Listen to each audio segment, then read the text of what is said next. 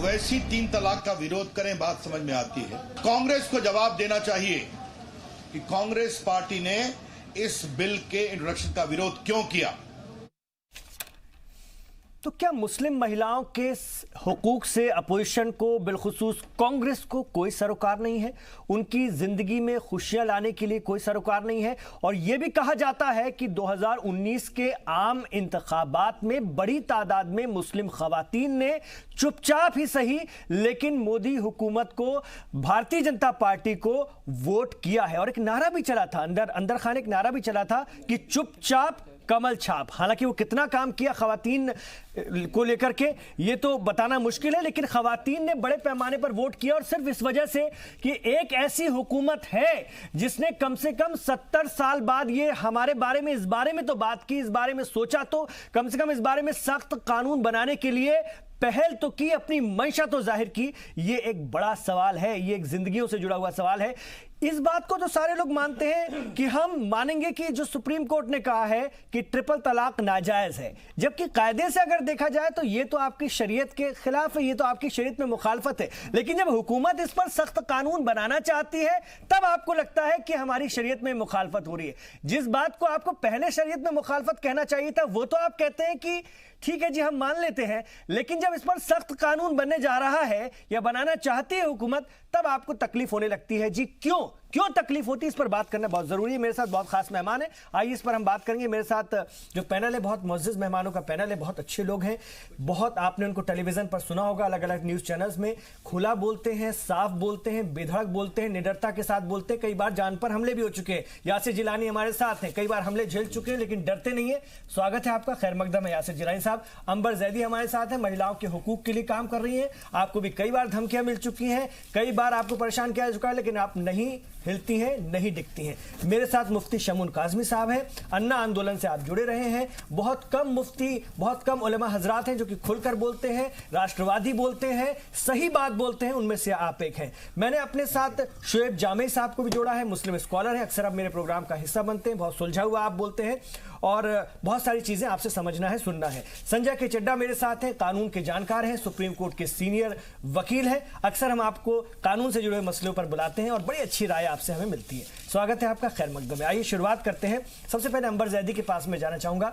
अंबर जैदी जी, एक बार फिर हुकूमत ने कोशिश की है, आपने महिलाओं के लिए जमीन पर काम किया है, सच बताइएगा मुस्लिम खवातीन दरअसल चाहती क्या है? क्योंकि बड़े पैमाने पर मुस्लिम खवातीन ने ही ट्रिपल तलाक को लेकर के मुजाहरे किए, कहीं ना कहीं लामबंद हुई वो, तब कहीं जाकर इस पूरे मामले में पहल हो पाई है। और उसके बाद all India Muslim person law board की जुड़ी हुई खवातीन को भी हमने देखा कि कैसे उनको सड़कों पर उतारा गया था, कैसे एक प्रोपेगेंडा चलाया गया था। तो आपने जमीन पर क्या देखा है? देखिए, मैंने इमरान जी बहुत सारी विक्टिम्स से मैं मिली हूँ पूरे देश में और अलग अलग तरीके के उनके केसेस रहे, लेकिन सब की परेशानी इतनी दुखद है और उनको जो उनकी बातें सुनने के लिए आती है, तो अगर कोई भी इंसान हो जिसके दिल में, जिसके सीने में दिल है, वो सुन के मजबूर। मैं खुद जब जाती थी और मैं सुन के जब मेरे सामने होती थी और वो बहुत उम्मीद के साथ अपनी बात सुनाती थी और उनको लगता था कि शायद मैं उनके लिए बहुत कुछ और बहुत जल्दी कर पाऊंगी।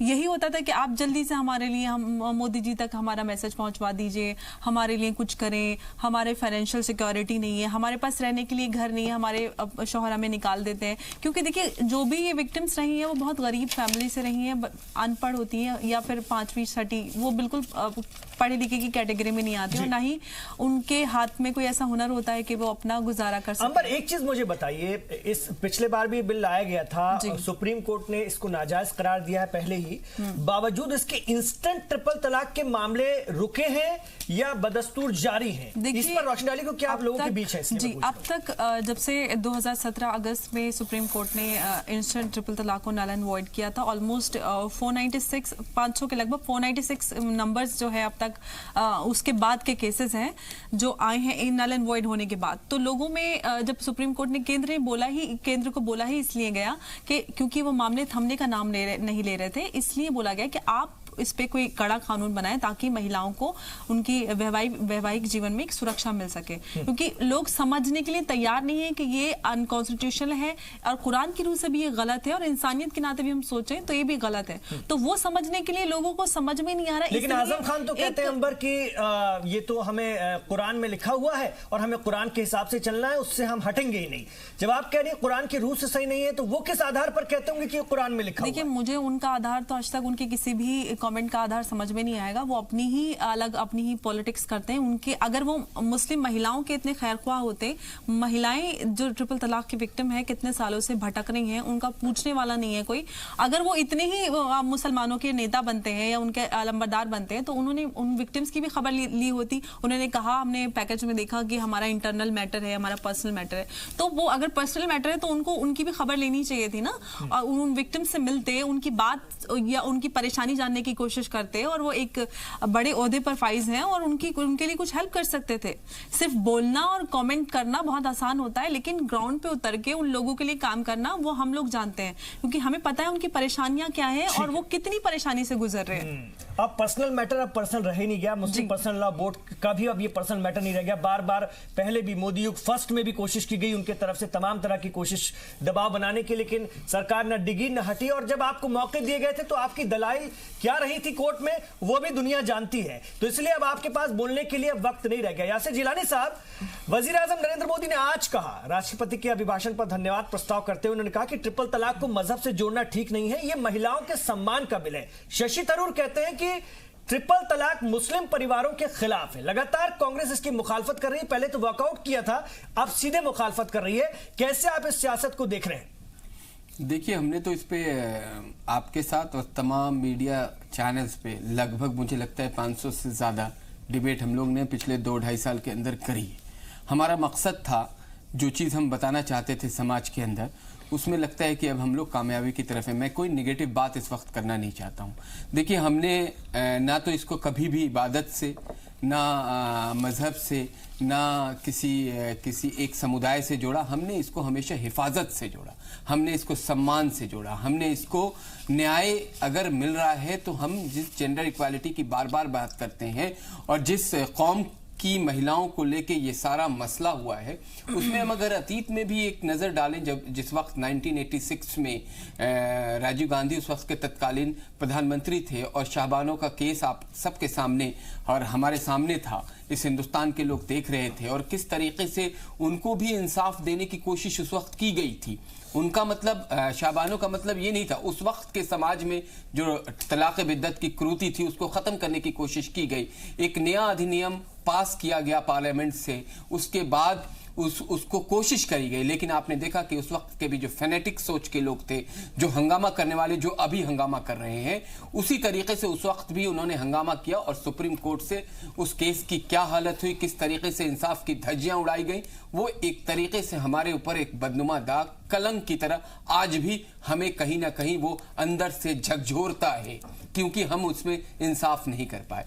अब ये हम नए भारत और बदलते भारत में जब हम प्रवेश कर चुके हैं, जहां पे सबका साथ, सबका विकास और सबका विश्वास की बात हो रही है, उसमें हम आधी आबादी के लिए जो जेंडर इक्वालिटी की बात कर रहे हैं, उसमें जो इंसाफ देने की बात इस सरकार ने, मोदी 1 ने जब शुरुआत करी थी और कैसे करी थी वो भी हमने कई बार डिस्कस किया है कि कहां से रैली में ये शुरुआत हुई और क्यों हुई। क्योंकि बहुत सारे ऐसे तंजीम, ऐसे इदारे और ऐसे ऑर्गेनाइजेशन के लोग जो कहीं ना कहीं आपको अंधकार में लेके जा रहे थे। एक बहुत बड़ा इदारा, एक बहुत बड़ा तंजीम जिसने अपने एफिडेविट में सुप्रीम कोर्ट में कपिल सिब्बल के द्वारा ये कहलवाया गया कि औरतें मंदबुद्धि होती हैं, कम अक्ल होती हैं, जिसमें आपने भी और हमने डिबेट करी और बहुत हंगामा किया। उसके बाद उन लोगों ने उस लाइन को निकाला वहां से और एक्सेप्ट किया कि हमसे गलती हुई है। आज जब हम डिबेट करते हैं उन लोगों के साथ तो उनको इस बात का एहसास हो गया है कि हमसे गलती हुई है। लेकिन अब देखिए मसला कहां आके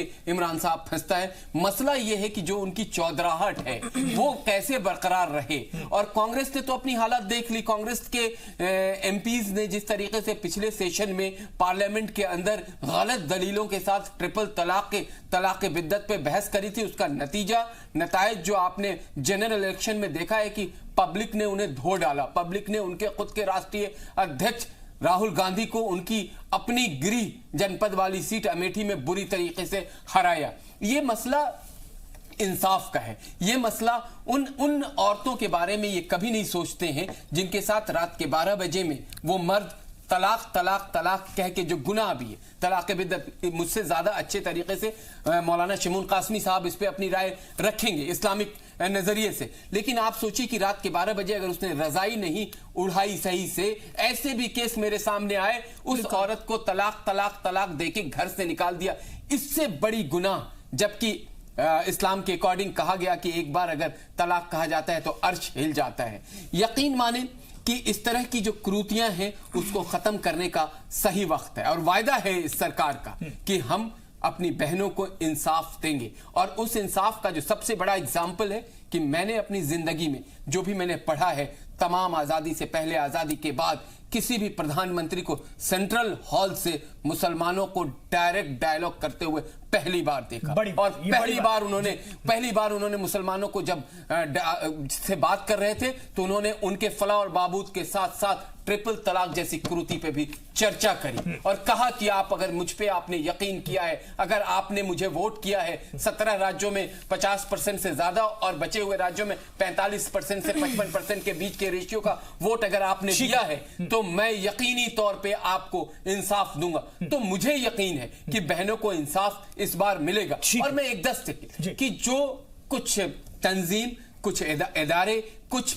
ऑर्गेनाइजेशन के लोग जो तरमीम की बार बार बात कर रहे हैं, उसको भी एक्सेप्ट कर लिया गया है कि उसमें भी कुछ ना कुछ तरमीम के साथ हम तैयार हैं। लेकिन देखिए कांग्रेस की क्योंकि राजनीति सब कुछ तुष्टीकरण के ऊपर डिपेंड करती है, फिर वही पुरानी और उसको मुंह की खानी पड़ी। संसद के अंदर 185 वर्सेस जो वोट आए हैं, आपने देखा कैसे हारे। तो मुझे लगता है इमरान साहब कि इस बार यकीनी तौर पे मुस्लिम बहनों को इंसाफ मिलेगा। और जो कानून अभी बन रहा है वो मुझे लगता है कि बहुत शानदार कानून बन रहा है। कानून मंत्री ने भी बहुत सारे लोगों के साथ इसमें राय ली है। बार बार एक बात ये भी आ रही है, भाषण सुनना ही नहीं चाह रहा ना, दिक्कत नहीं, एक 10 सेकंड मैं आ रहा हूं आपके पास, आऊंगा आपके पास। शोएब जामे साहब, देखिए दिक्कत यह है, जो उसमें व्यवहारिक दिक्कत बताई जा रही थी कि सिविल मैटर को आप क्रिमिनलाइज कर रहे हैं, आप उसको आपराधिक मामला बना रहे हैं, बता रहे हैं, लेकिन इंस्टेंट 3 तलाक तो अपने आप में एक क्राइम है, अपने आप में एक वो बड़ा जुर्म है। उसको लेकर के इस तरह की दलील से आप कितना इत्तेफाक रखते हैं? क्या आप इसको मानते हैं या नहीं? देखिए, पहली बात तो ये समझना होगा कि इंस्टेंट ट्रिपल तलाक जो है ना, वो तो शरीयत में उसकी कोई जगह है ही नहीं जी। मतलब आपके मुताबिक वो तो जुर्म भी है और जुर्म भी है जी। सुप्रीम कोर्ट ने उसको अनकॉन्स्टिट्यूशनल कर दिया, यानी नल एंड वाइड कर दिया। लेकिन तलाक, ट्रिपल तलाक जो है ना, वो एक प्रोसेस है। जहां भी शादियां होती हैं वहां डाइवोर्स का जो है एक गुंजाइश होती है। तो ये एक प्रोसेस है कि तीन प्रोसेस में, यानी आप जो है वो डाइवोर्स ले सकते हैं, सेपरेशन ले सकते हैं, वो तो है, जायज है। और वो हर शादी उसको कोई छेड़ भी नहीं, डाइवोर्स होता है, कोई बात नहीं कर रहा है, ये तो आप भी जानते हैं, इस पर कोई बात नहीं कर रहा है। नहीं, सुनिए, आपने कहा कि शरीयत, जब हम कोई ऐसा बिल बनाते हैं जो शरीयत के चीजों को लेकर बन रही है, यानी कि अगर मुसलमान शरीयत में शादी की इजाजत है तो डाइवोर्स की भी इजाजत है, ठीक है ना। और शरई हवाले से कोई हम बिल बनाते हैं तो उसकी जो पनिशमेंट होनी चाहिए, जो उसकी कॉन्सिक्वेंसेस होनी चाहिए, मैं समझता हूं उसका भी इंस्पिरेशन शरीयत से ही लेते। अच्छा, मतलब हजरत उमर के जमाने में भी एक क्राइम था और उसमें तो 100 कोड़े मारने की सजा थी, तो या तो 100 कोड़े पिटवाए जाए, या मतलब क्राइम तो उस वक्त भी था, ये और बड़ा जबरदस्त क्राइम था। आपने ये कहा कि इस बिल का इंस्पिरेशन हमने सऊदी अरब, पाकिस्तान और तमाम मुल्कों से लिया है, ठीक है ना।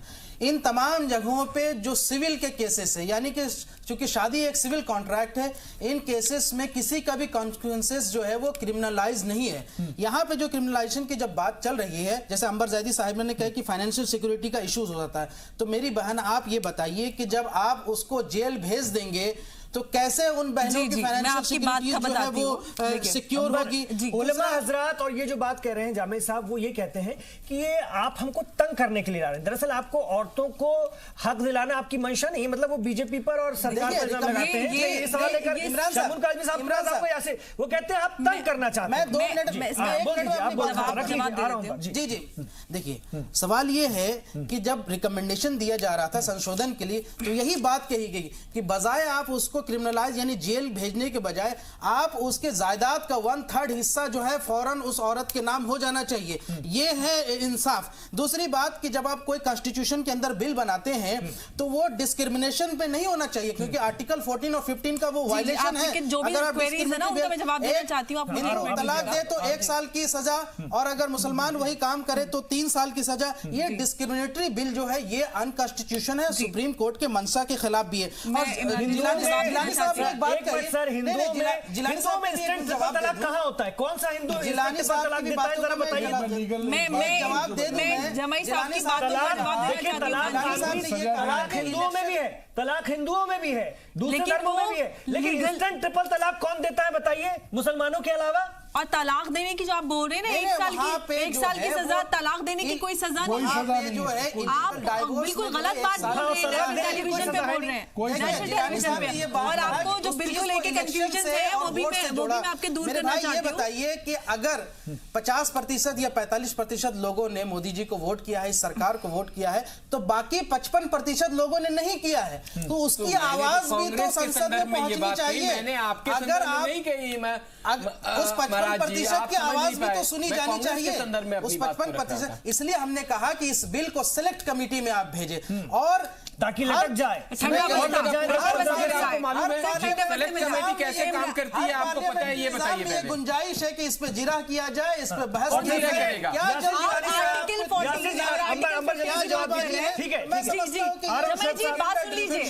बात सुन लीजिए। आप सुन लीजिए, आपने बहुत सारे कंफ्यूजन है आपको बिल को लेके, शायद आपने बिल को पढ़ा नहीं और समझा नहीं है। देखिए, बिल में जो आपने जेल भेजने की बात कही, ऐसा नहीं कि उसको डायरेक्ट उठा के जेल में भेज दिया जाएगा किसी को। जब शिकायत पुलिस में होगी, उसके बाद मजिस्ट्रेट के पास केस जाएगा और वो साबित हो जाता है जुर्म, तब उसके बाद वो कोई संज्ञान लिया जाएगा कि उस पर जेल भेजना है या क्या करना है। बेल भी मिलेगी ना। इतनी वो सुलह करवाने की भी, सुलह करवाने का हक रखता है मजिस्ट्रेट। और तीसरी बात जो आप बोल रहे हैं फाइनेंशियल सिक्योरिटी की, वो भी मजिस्ट्रेट डिसाइड करेगा, वो भी मजिस्ट्रेट डिसाइड करेगा। और अंबर जायदी साहिबा फाइनेंशियल सिक्योरिटी का मैं भी कानूनी विशेषज्ञ मजिस्ट्रेट दिलवाएगा जो भी उनकी हैसियत है फाइनेंशियल सिक्योरिटी। संजय के चड्ढा साहब, दरअसल होगा आपको बहुत सारे कंफ्यूजन जो खदशा बात कर रहे हैं, आर्टिकल 14-15 में क्या महिलाएं नहीं आती आपको? अब जब पुरुषों की बात आ रही है तो आपको आर्टिकल 15-14 का हवाला दे रहे हैं, क्या महिलाएं नहीं आती आर्टिकल 14-15 में? तो उन महिलाओं की भी तो बात होनी चाहिए जो 13 लाख महिलाएं जिनको बिना तलाक के जो डेजर्ट कर दिया गया ना, उसका अरे पहले ये पहल जो हुई उस पर तो काम करने दीजिए। पहले जो ये पहल हुई है शोएब साहब, आपको दूसरों की चिंता क्यों हो जाती है? ये कुरीतियां सिर्फ मुसलमानों में नहीं है, जब पहल अभी हुई है हर जगह है कुरीतियां। एक एक करके